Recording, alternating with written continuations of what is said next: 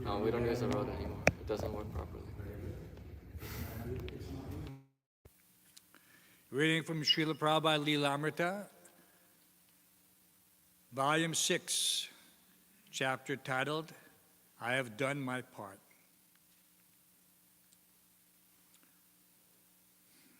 Sometimes during the chanting, Srila Prabhupada would communicate unspoken feelings with his disciples.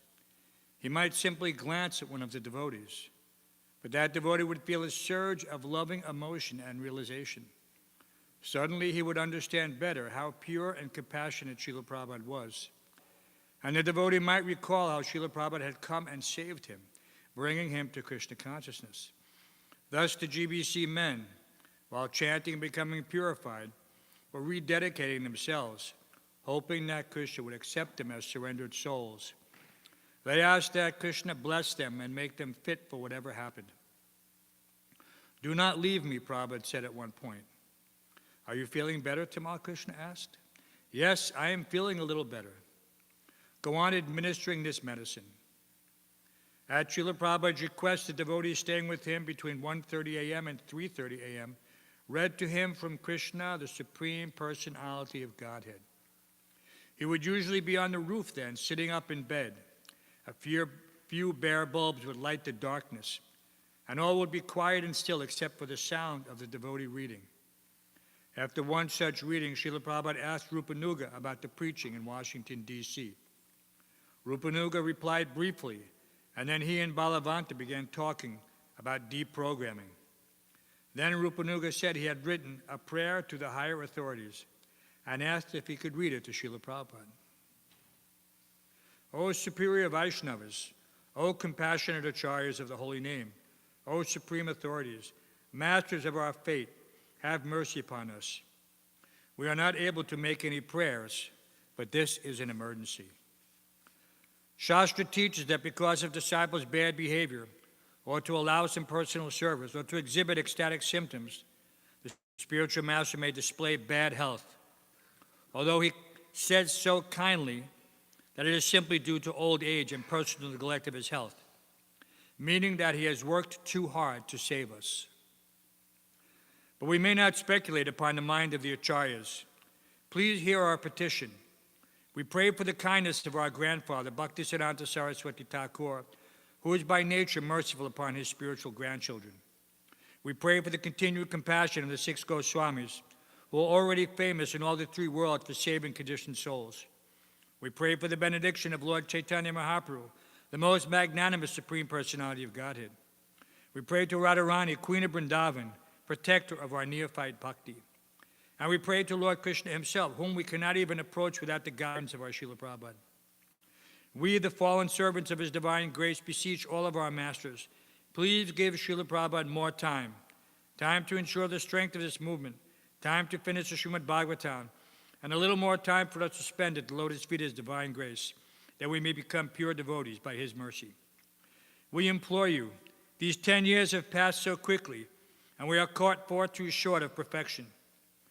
You know that actually only 10 milliseconds have passed in eternal time. Therefore, kindly extend his stay, lest we fall from the spiritual path. O Vaishnava saints, O Bhaktisiddhanta Saraswati Thakur, our eternal grandfather, O 6 Goswamis of Vrindavan, O Radharani, mother of bhakti, O Lord Chaitanya Mahaprabhu, the master of all, O Lord Krishna, the final repose of our love, O Vaishnavacharyas, kindly have mercy on us. Please don't yet take Srila Prabhupada away. Kindly grant this emergency prayer. Either way, said Prabhupada, I have no objection to stay or leave. He said there was a Bengali saying that if a dinki, a wheat threshing machine, goes to heaven, what will it do there? It will thresh wheat. Because the thresher is constituted in a particular way, it will thresh wherever it goes. Similarly, the pure devotee, whether he is in the material world or the spiritual world, will serve Krishna. In this way, Srila Prabhupada was indicating that he had no personal anxiety, but he had also indicated that although everything was dependent on Krishna, the prayers of the devotees might influence Krishna. Srila Prabhupada's disciples, humbly considering themselves neophyte devotees, took it as a sign of Prabhupada's protective mercy, that he said their prayers could keep him with them, and that he, although an eternal exalted associate of Krishna, liked to be with his tiny disciples. My Guru Maharaj was disgusted, he had said, but I like your company. A sannyasi disciple read aloud a prayer he had written, petitioning the Supreme Lord for Prabhupada to live for 100 years. On hearing this, Srila Prabhupada opened his eyes wide and smiled. But again, he pointed out that he was not afraid of death. Wherever he was, he said, he was in Vaikuntha, especially being in Vrindavan and being surrounded by the kirtan of his disciples was Vaikuntha. Srila Prabhupada ki.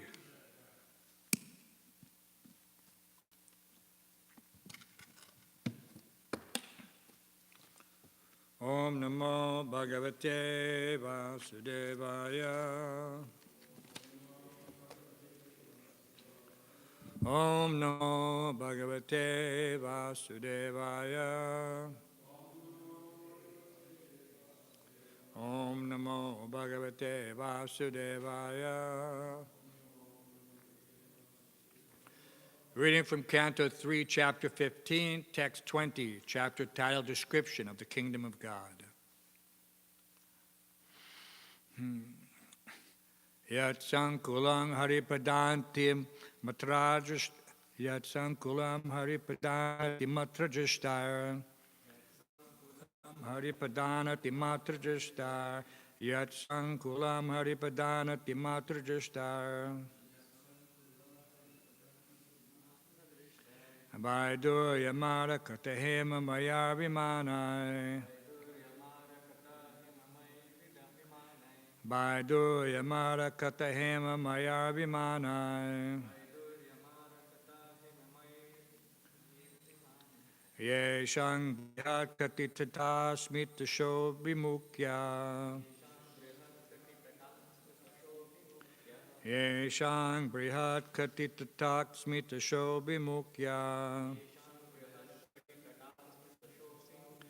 Krishnatmanam Naraja Adador Utsmadhyay Krishnatmanang Naraja Adador Utsmadhyay Yatsankulang Haripadana Timatrajashtar Vaidur Yamara Katahema Maya Vimanai Yeshang Brihat Katitata Smita Shobhimukya Krishnatmanang Naraja Adador Utsmadhyay. So this is basically the meter of the Brahma Samhita. Please chant.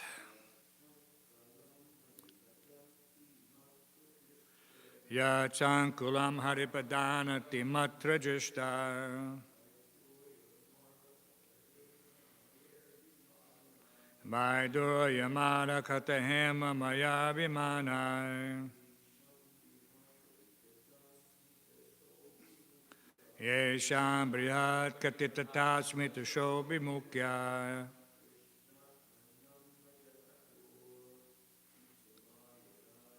Krishna Manama Raja Adur Utsmadayadai Yatsankulang Haripadana Timatrajashtar Baidur Yamara Katahema Maya Vimanai Yeshang Brihat Katitata Smita Shobhimukya Krishna Manam Naraja Dadur Utsmadhyay. You can try it, Noah. Shachankulang Haripadana Timatrajashtar Baidur Yamara Katahema Maya Vimanai Yesham Brihat Katitata Smita Shobhimukya Krishnat Manam Naraja Adadur Utsmadhyay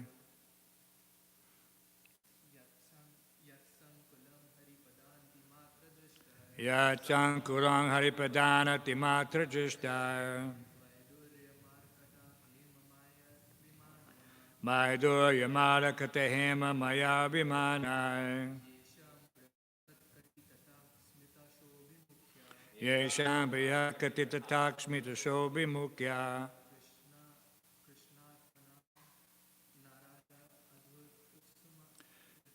Krishnat Manam Naraja Adadur Utsmadhyay. Anyone else? Yet that Vaikuntha abode, Sankulam, is pervaded, Haripada, at the two lotus feet of Hari, the Supreme Personality of Godhead.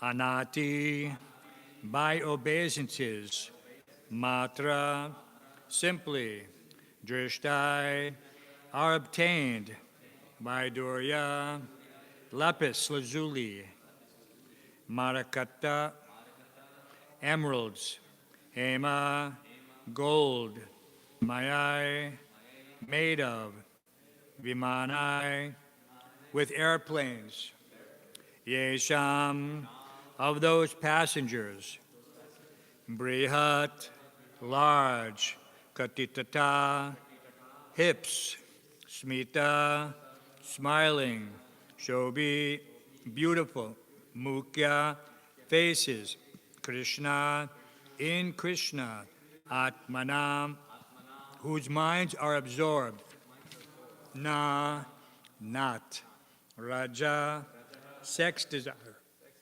adadu, stimulate, Utsmaya adhyay, by intimate, friendly dealings, laughing and joking. Translation and purport by His Divine Grace A.C. Bhaktivedanta Swami Prabhupada. The inhabitants of Vaikuntha travel in their airplanes made of lapis lazuli, emerald, and gold. Although crowded by their consorts who have large hips and beautiful smiling faces, they cannot be stimulated to passion by their mirth and beautiful charms. Please repeat. The inhabitants of Vaikuntha travel in their airplanes made of lapis lazuli, emerald, and gold. Although crowded by their consorts, who have large hips and beautiful smiling faces, they cannot be stimulated to passion by their mirth and beautiful charms. Purport by His Divine Grace A.C. Bhaktivedanta Swami Prabhupada. In the material world, opulences are achieved by materialistic persons by dint of their labor. One cannot enjoy material prosperity unless he works very hard to achieve it. But the devotees of the Lord who are residents of Vaikuntha have the opportunity to enjoy a transcendental situation of jewels and emeralds.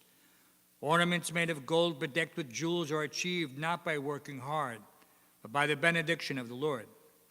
In other words, devotees in the Vaikuntha world, or even in this material world, cannot be poverty-stricken, as is sometimes supposed. They have ample opulences for enjoyment, but they need not labor to achieve them.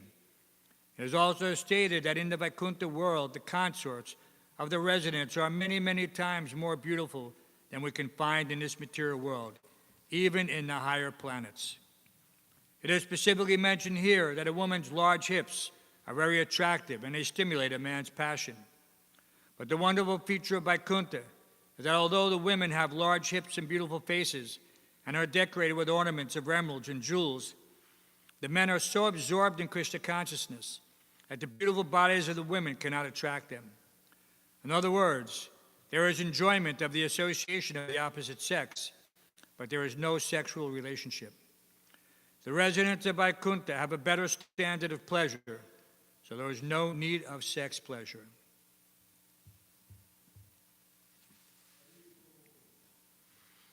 Om Jnanatam Dishagaranjana Shlakaya Chakshuram Vatamina Dasmai Shri Gurame Namaha Mukam Karot Vachalam Pangum Lankai Tegaram Yak Pipatamaham Bande Shri Gurum Dinataram.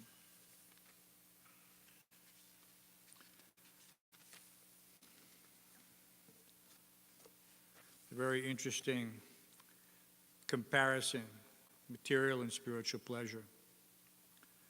There's, if you have no concept, and you're forced to accept the one you have, no other concept. So in the material world, everyone is going about their daily,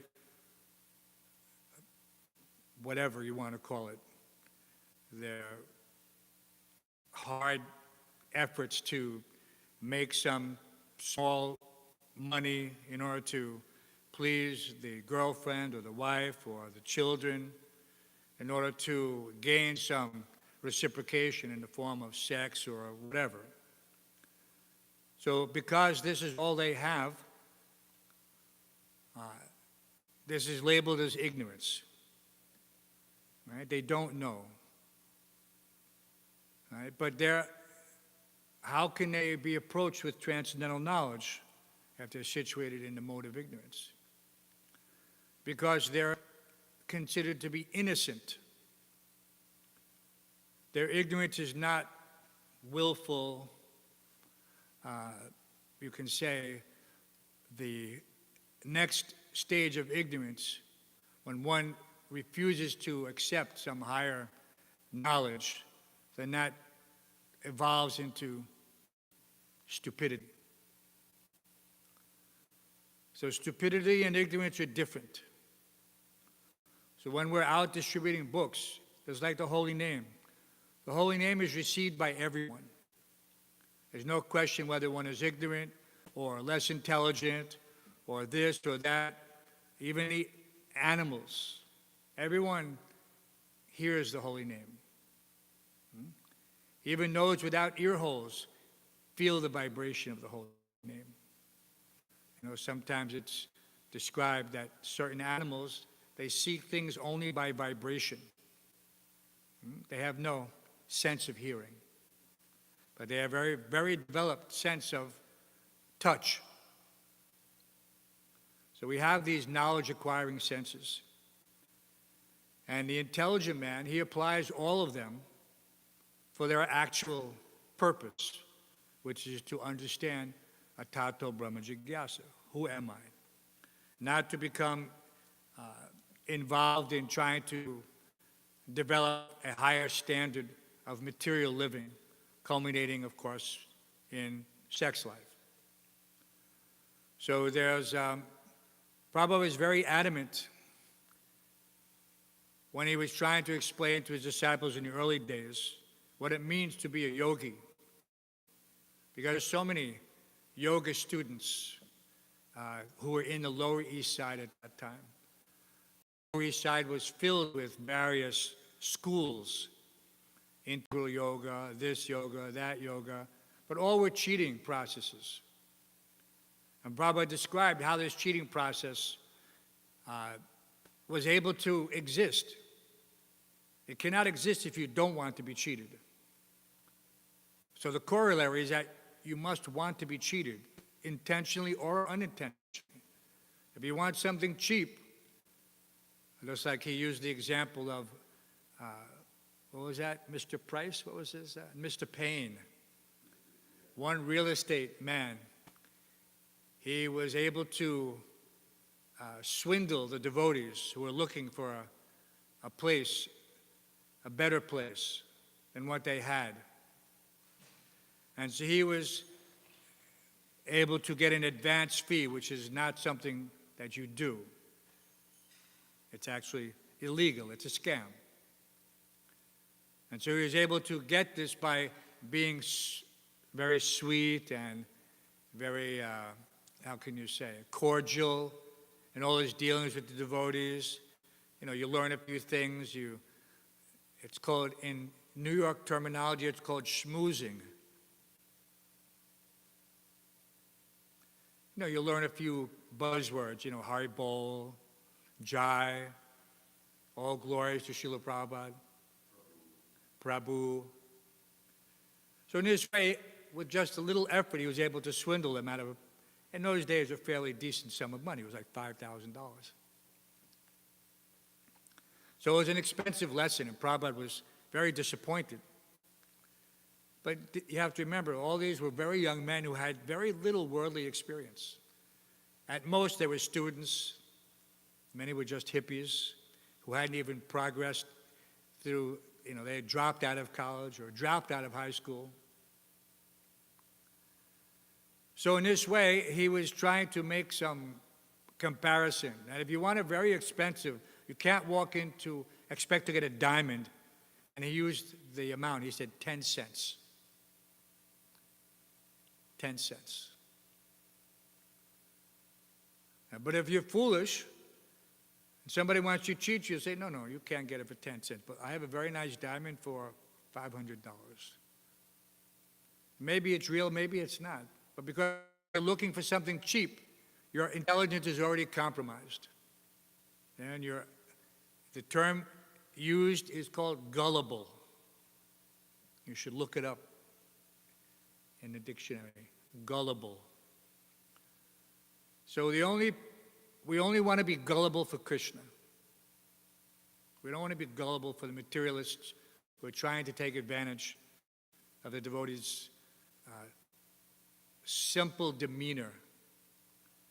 And they think that the devotees may be easily cheated. And many times they are. As a private detective, I used to investigate all types of scams perpetrated against devotees.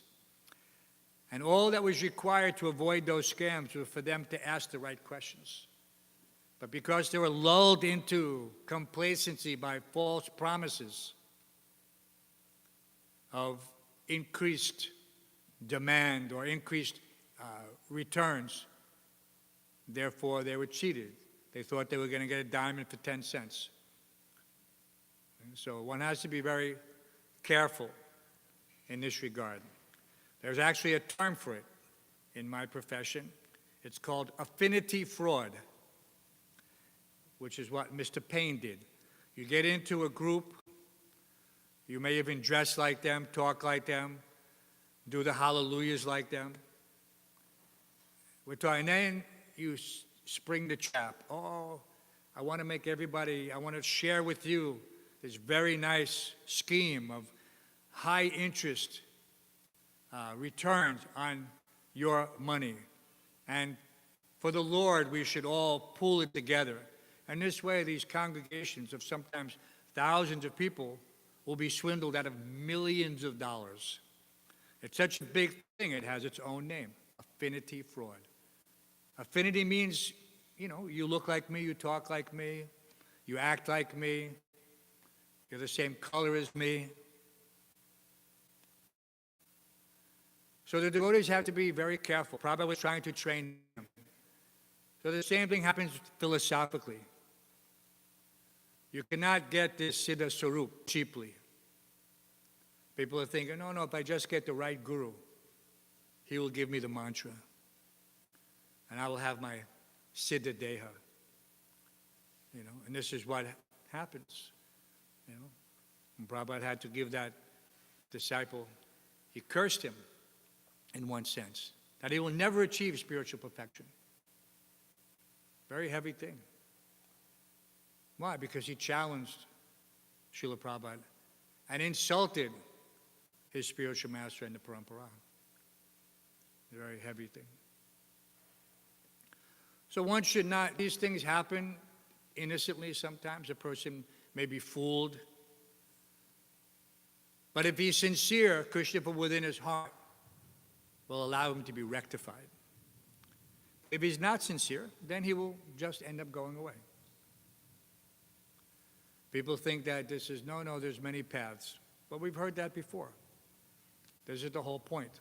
Even within the Sampradaya, people are saying, no, there's many paths. One has to, his ear should be very finely tuned. It means he should have heard from the spiritual master exhaustively. What does that mean, exhaustively? Prabhupada had thousands of lectures. Anybody know how many?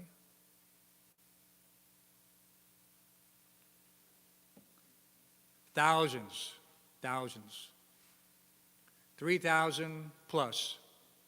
And every day another one comes from a different source, previously unrecorded. But because, we had a lot of times a devotee just put it on his tape recorder, it wasn't turned into the ministry, and all of a sudden he's cleaning up and he finds his previously unknown lecture or conversation like that.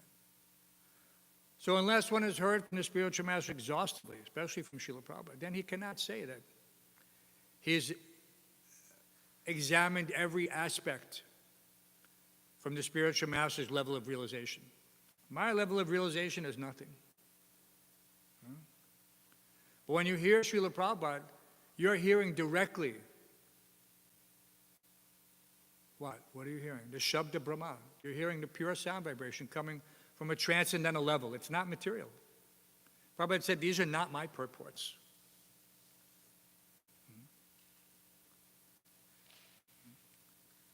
So we understand how the Supreme Lord is speaking through the transparent via medium.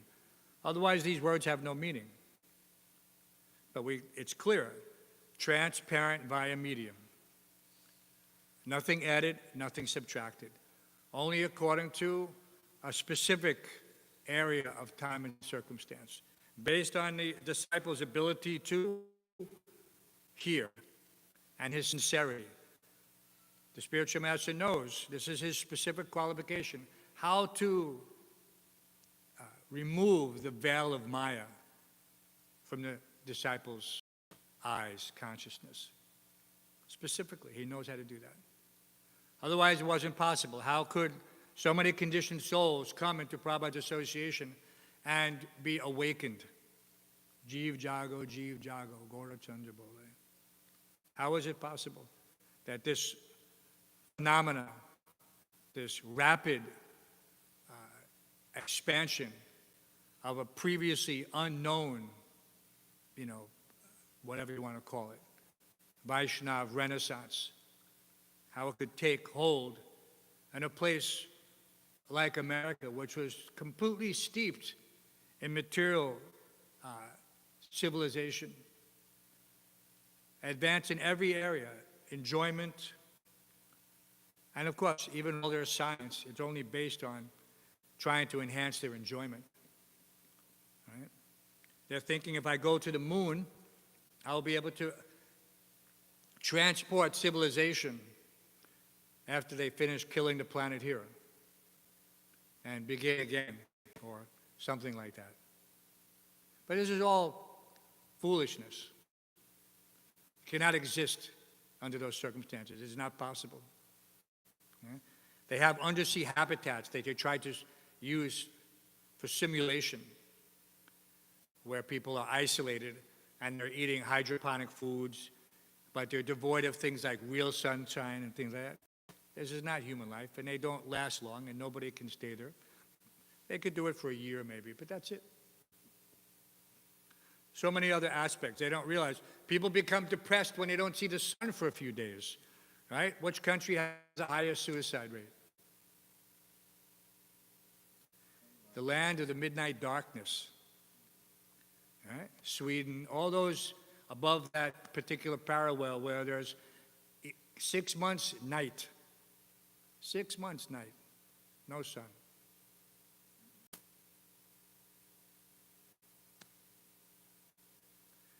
You never heard of those places? Yeah, about in the northern circle. Huh? Well, not just Siberia, anything across, up in that level. So basically you have, that's why they call it the land of the midnight sun. There's no sun. It's only dark. And everything is artificially lit. And people become so depressed. Highest rate of suicide. They know it now, but in the beginning they didn't know what it was, how it, why.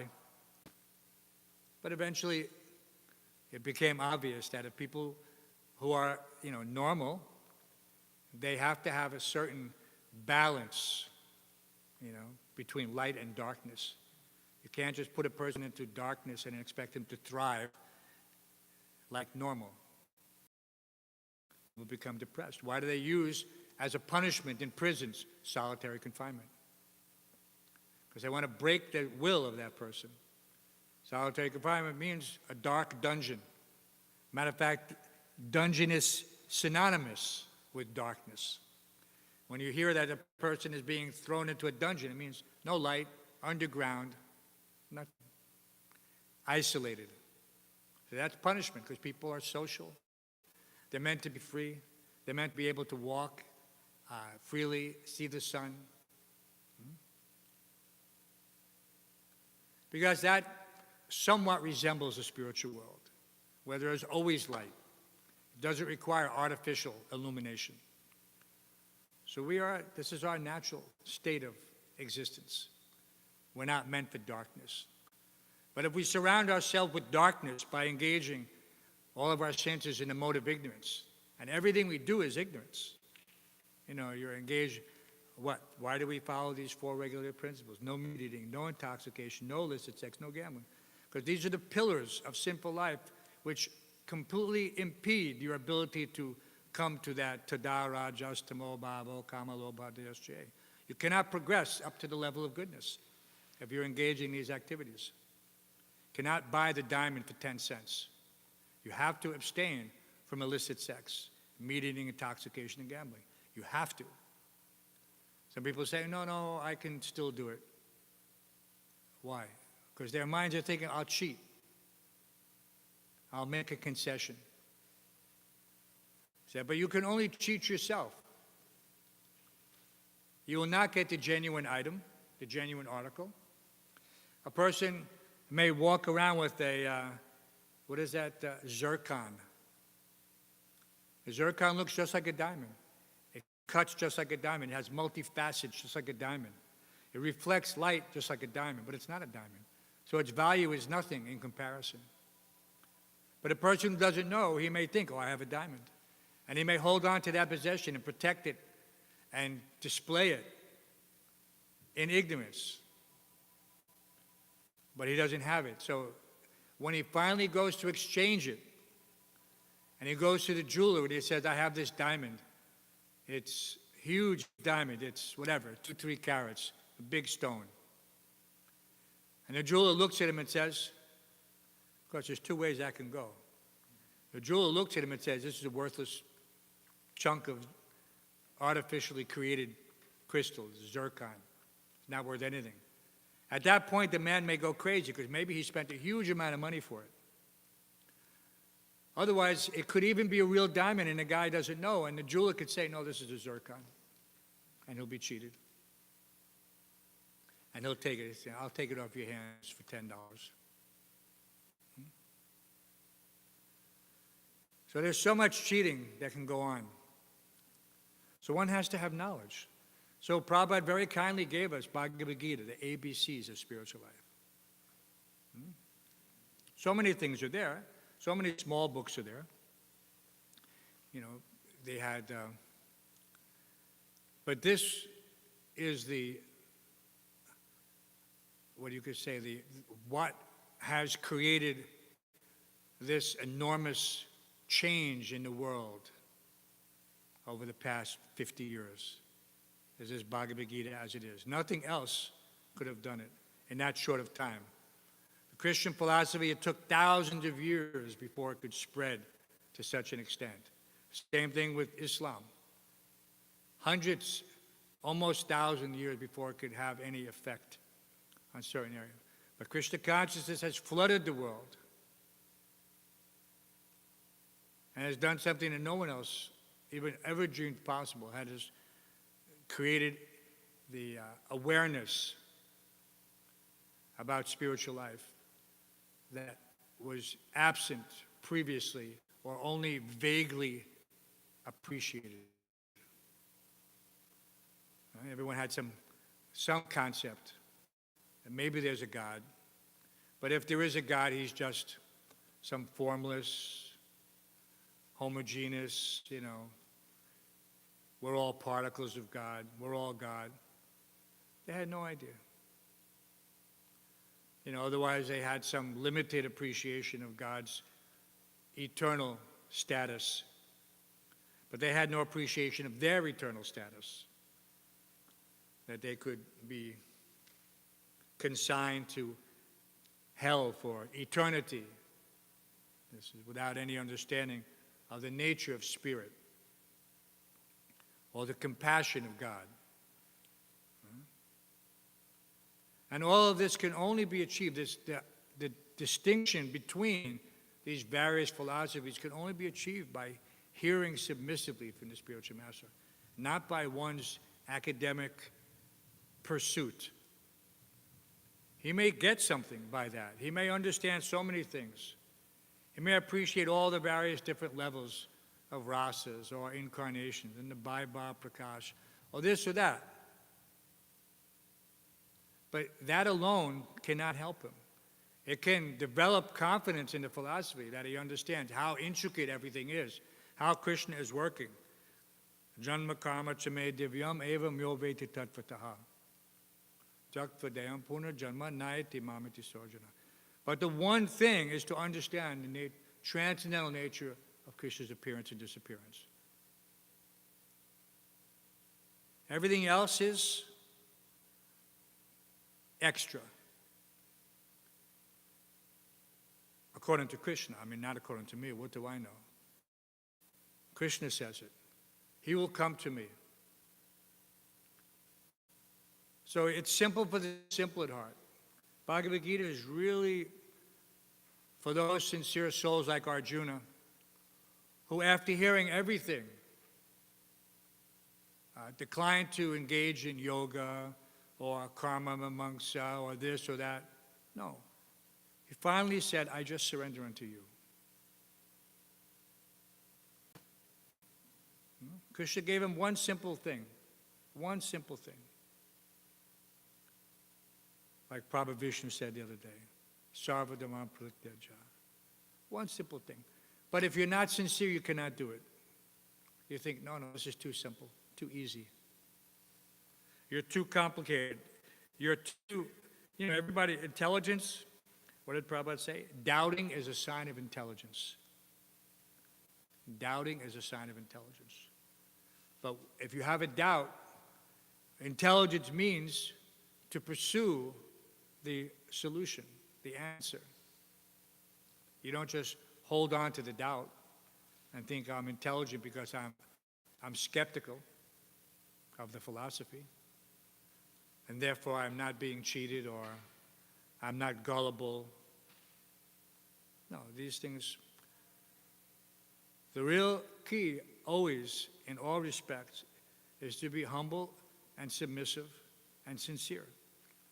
But that is the hardest thing for our complicated material personalities, because we are trained to think that that is less intelligent or less desirable. So you have to overcome that. It's actually the solution to all of life's problems, but we're so fixated on that false conception of independence that brought us here to this material world in the first place that we cannot fully release it. We cannot fully release it. The false ego fights so hard. Prabhupada said, you're declaring war on Maya. Maya is not going to give up easily. Anyone could understand that. Maya knows all of our weaknesses. Whatever that weak point is, I think there's been science fiction books written about this scenario. That some malevolent entity knows specifically your fear and then manifests it. Whatever it is. Everyone has some fear.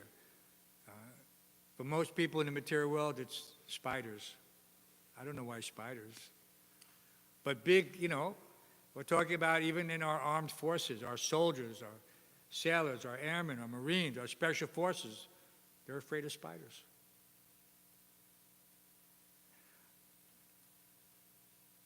They're very brave in every other respect, but somehow or other they're afraid of spiders. Unless they have what they call a flamethrower. But then they kill the spider and burn down the house at the same time. So that's another analogy. Solve one problem and create another. So be careful of your fears. You have to examine them. What is my fear? If my fear is to lose my independence, then it will take a little while for you to get to that surrendering level, to accept the bona fide spiritual master. It'll take a while. But then once you do, that act demonstrates to Krishna.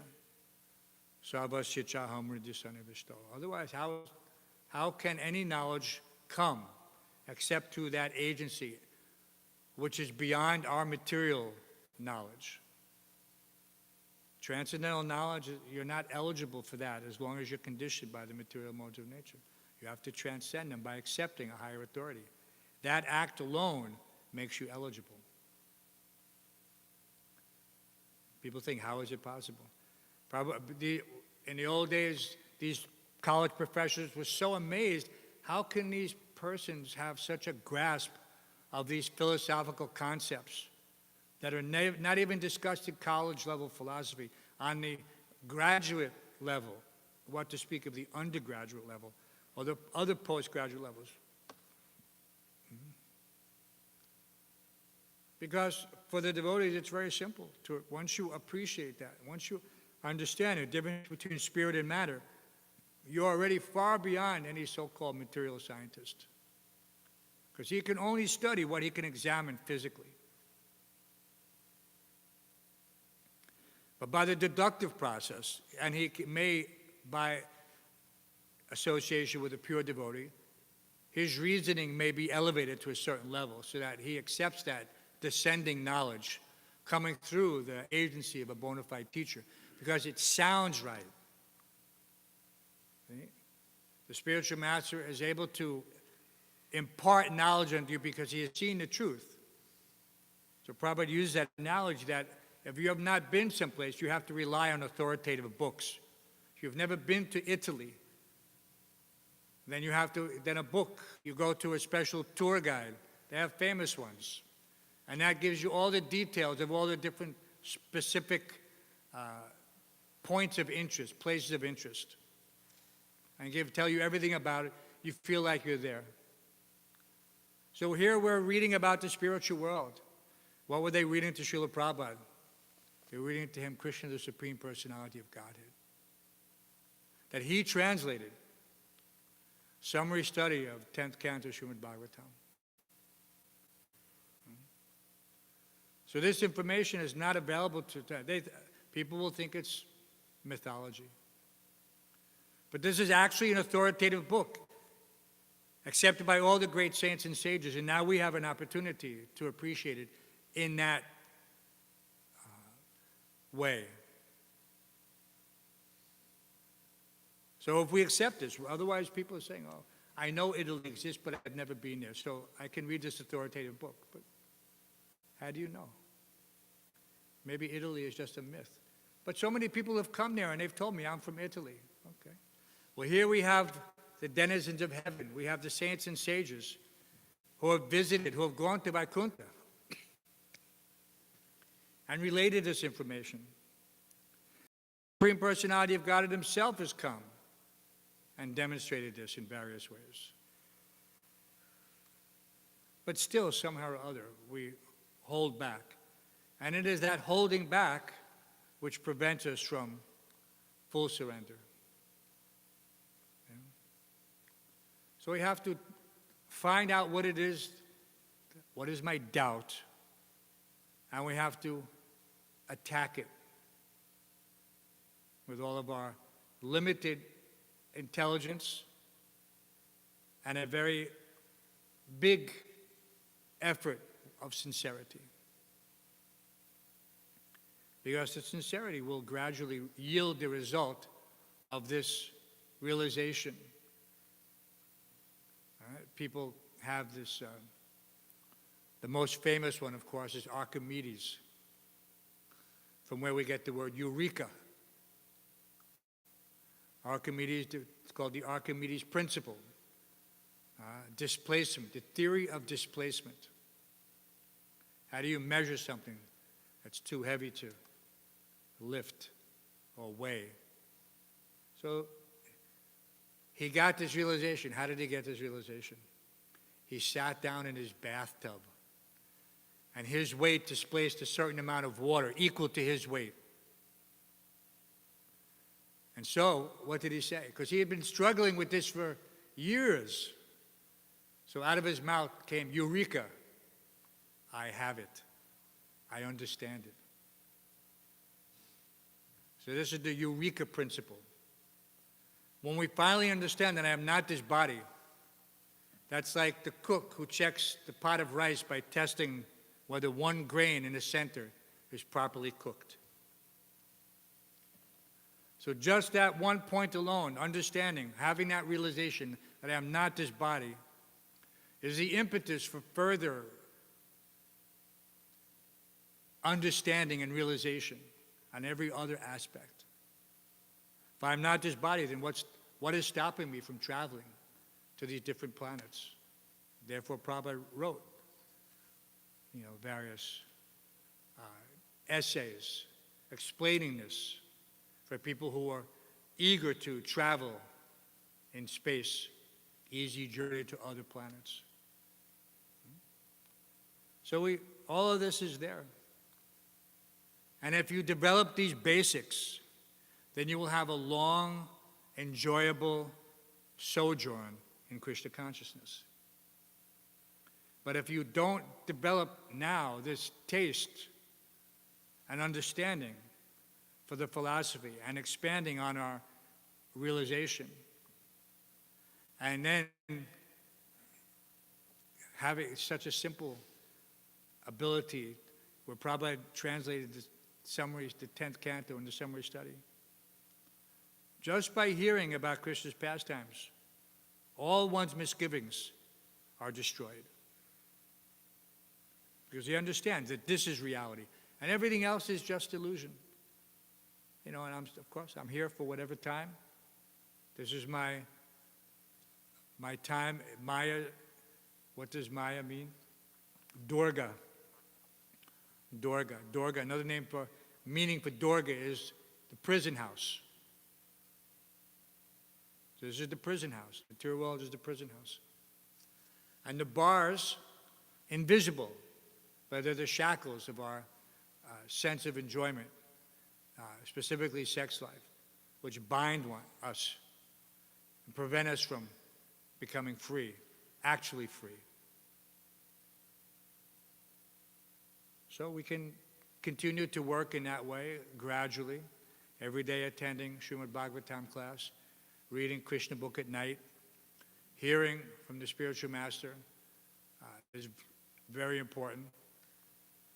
Self-realized soul can impart knowledge unto you because he has seen the truth. If you don't believe that, then everything else is useless waste of time.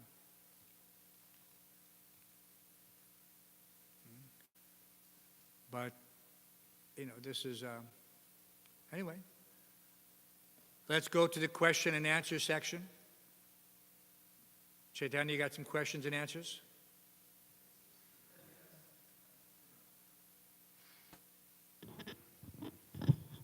Hare Krishna.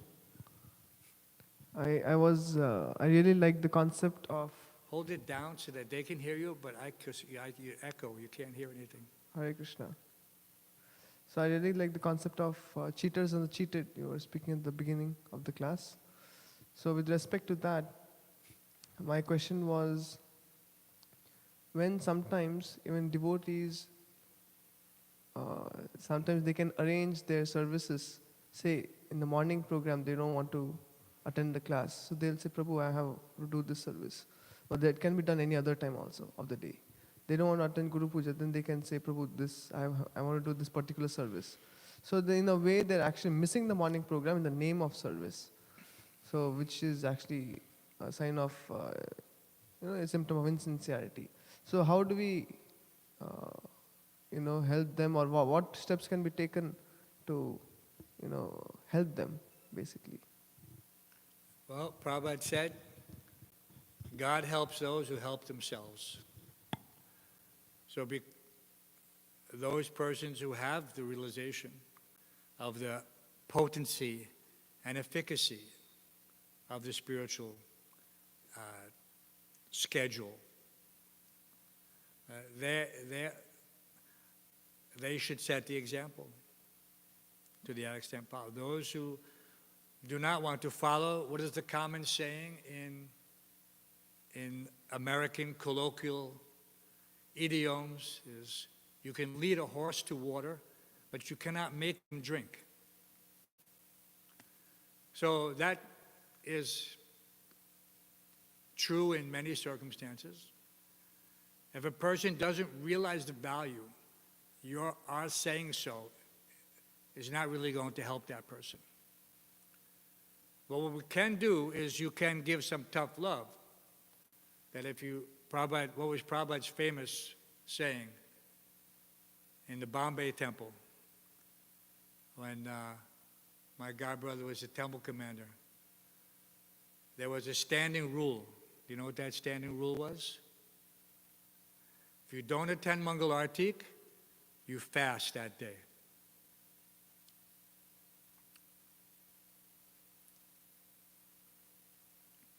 That's how serious attending the spiritual program is.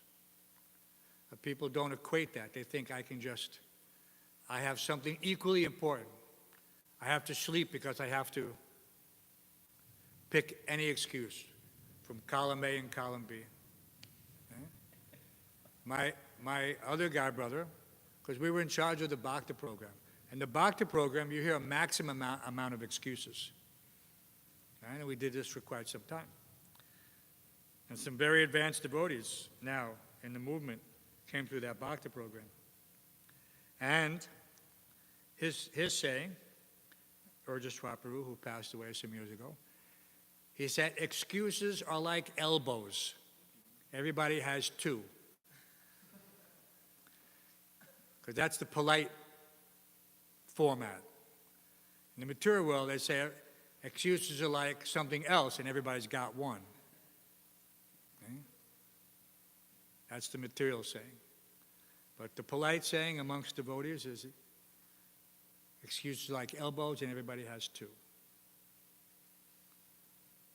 So Prabhupada didn't really tolerate excuses. He hated excuses. If you gave an excuse to Prabhupada, you had to be prepared to suffer a Brahmastra-like response.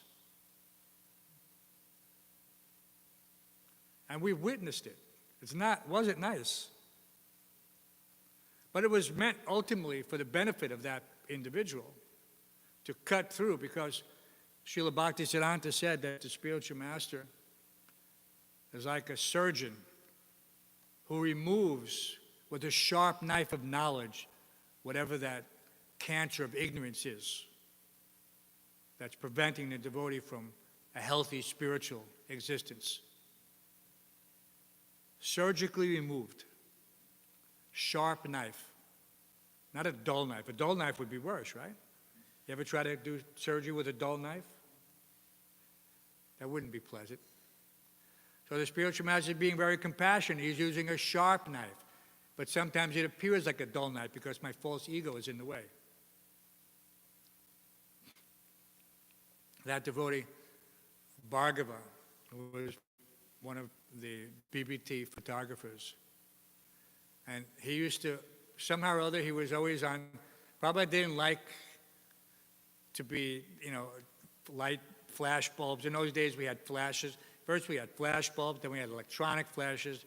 Then we had cameras with mirrors, and everywhere probably go, it'd be click, click, click, and if you had a motorized camera, it would click, click, click, click, click, click, click. They've always wanted the latest and greatest things. And Prabhupada hated it. And he basically let him know in no uncertain terms that he was annoying him. And at one point he said, Prabhupada, should I go away? He said, yes, you should go away.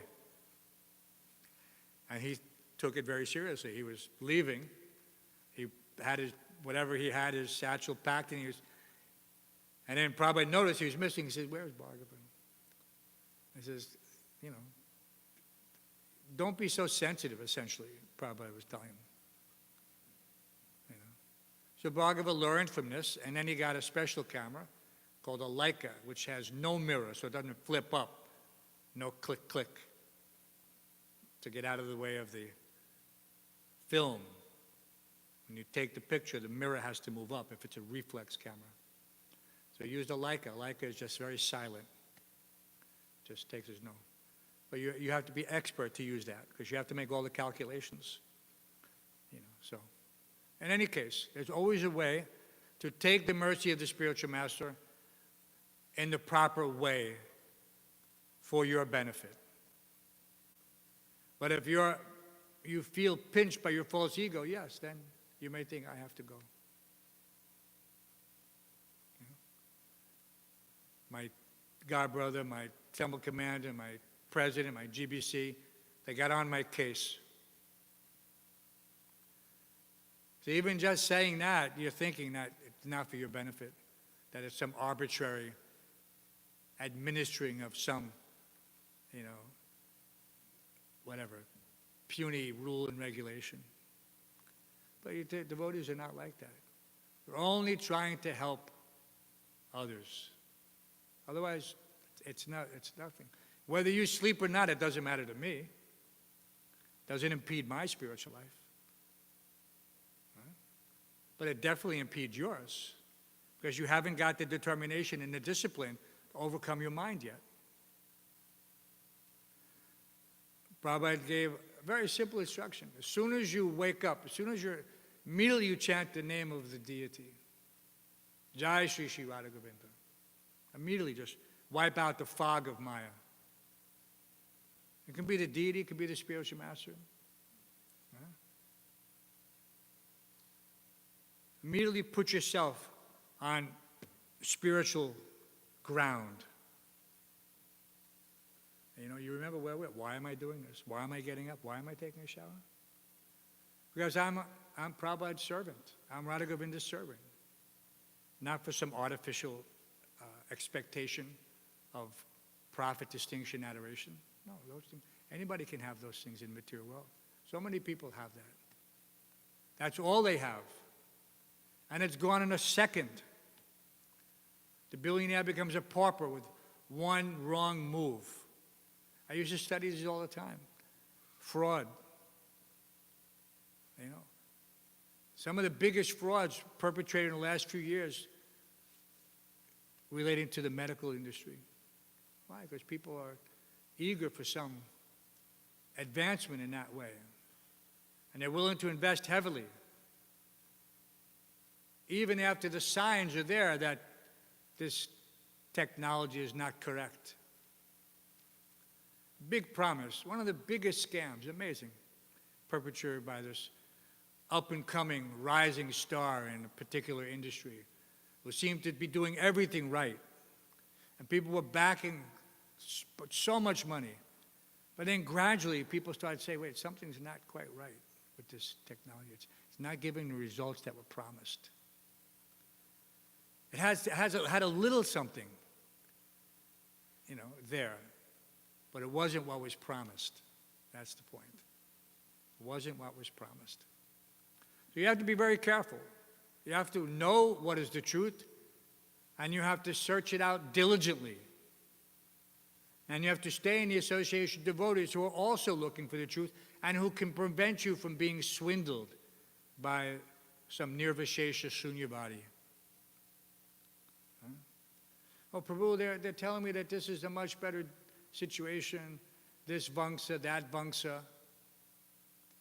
There's nothing better. It has nothing to do with this. In the Shastra, it's called Jati Guru, seminal guru. My family had this guru, their family had this guru, back and back, and so therefore I have this guru, called Jati Guru, seminal guru. This has no value.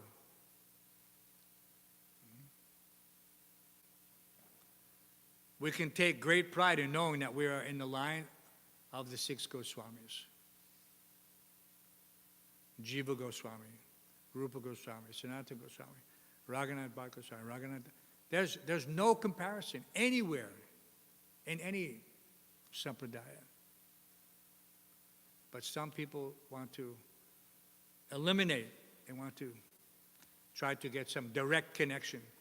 And for that, someone may propose that, well, you can only get it through me. I'm in the direct line. But they'll be fooled. Because the son of a Brahmana is not a Brahmana. Chatuvana maya shishtam guna karma vibhagasa. Very essential point in Bhagavad-Gita. What didn't you understand about that? Quality, right? And work. Not birth. Not janma karma. Guna karma. So we have to be very, how can you say, staunch. Do you know that word, Arjuna, staunch? Sometimes they say staunch brahmachari. It means you follow rigidly all the principles. So we have to be staunch followers of the 6 Goswamis and our Guru Varga. Not to be, first of all, you see how successful it's been. Why would you want to change success? What do the karmis say? If it's not broken, don't fix it. Such a simple thing, but obviously anyone with intelligence, he can appreciate that. But if you don't, you want to think, oh, let me break it and I'll make it better. No, it's not broken. It was broken. Even Arjuna admitted that, right? What did he say? The science as it is appears to be lost. So Krishna had to come.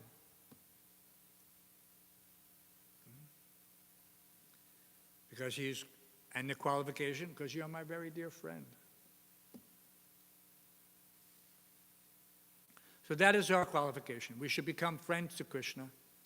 We become friends to Krishna by becoming friends to the spiritual master, by developing our neophyte relationship with the deities with our submissive appreciation of their transcendental stature, whether we fully understand it or not, but by the mercy of the spiritual master, who has brought this appreciation philosophically to us. Now it is up for us to realize it. And we will, if we remain steady on the path. Any other questions? It's late.